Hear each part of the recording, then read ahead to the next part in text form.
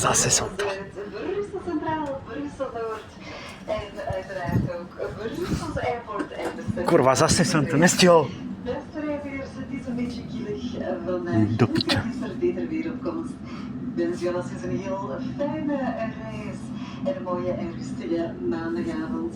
De eerstvolgende halte van deze trein wordt Oudenaarde.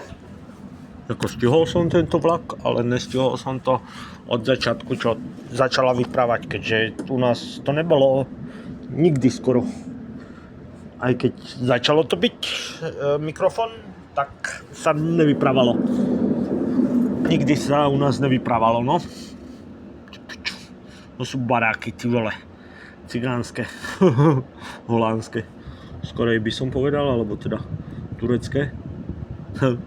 Tam si jak hajinkal pes.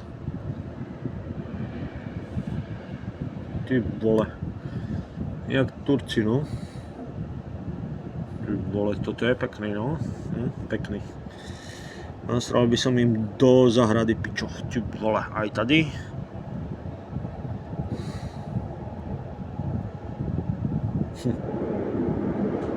Tu tam mali smetisko, pičo. Si chceli postaviť oni nejaký mrakodrap. No, takže som sa vysral na celé už Francúzsko. Dneska ma nasrali malí Francúzi. Jak som oddychoval, siestoval a teda hádzali mi kamene do oného, do stanu a pozerám počasí do piče, že bude fúkať tady furt, takže som sa zbalil, obalil som všetky svoje pakšamenty do piče a nabil som sa kus ešte, dobil a zajebal som borcovi tašku. Ale tak, borec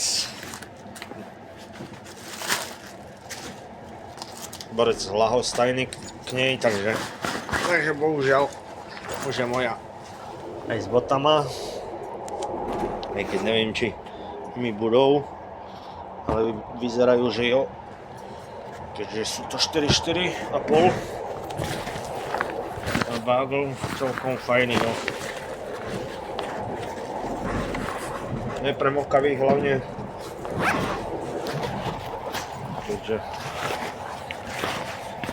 keďže tady je non-stop problém s dažďom alebo s fúkaním. A keď som nerad, že som mu ju zajebal, ale bohužiaľ, jak aj ja, som miliónkrát prišiel o niečo, takže piče, non-stop stres, pičo. Non-stop stavy, nemám už stavy, z ničoho už nemáme stavy, pičo. Jedine keď spravím niečo takéto podobné a stretnem hneď toho borca, tak vtedy mám troška stav. Ale ešte, že sme sa videli prvýkrát a ani Facebook si odo mňa nevypýtal, keďže to je asi úplná smažka. No, to je úplná smažka, keďže Speed pýtal sa ma na Speed. Ja, pýtal sa ma na Speed. Takže asi je to úplná smažka, každý deň potrebuje zohnať zadarmo žradlo a typujem jak ja, že každý deň aspoň tých 5-10 eur si nažgrolí a má piči.